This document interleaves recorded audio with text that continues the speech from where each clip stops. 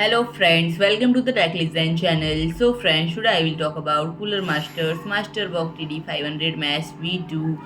So friends, this series features a middle tower PC case with a front mesh panel, and the series offers two color options, black and white, and the front panel showcases a three-dimensional polygon design incorporating a fine mesh with a dust filter to provide both an aesthetically pleasing appearance and enhanced breathability. And the front section is equipped with three standard 120 size addressable RGB fans called CF120 ARGB, and the left side of the case is fitted with tool-free tempered glass featuring a crystal design, making it a suitable choice for showcasing an attractive PC build. And front it offers drive base for 2.5 inch into 3.5 inch into 2 storage device, and the cooling fan and the radiator support include front option for 120 into 3 and 140 into 2, and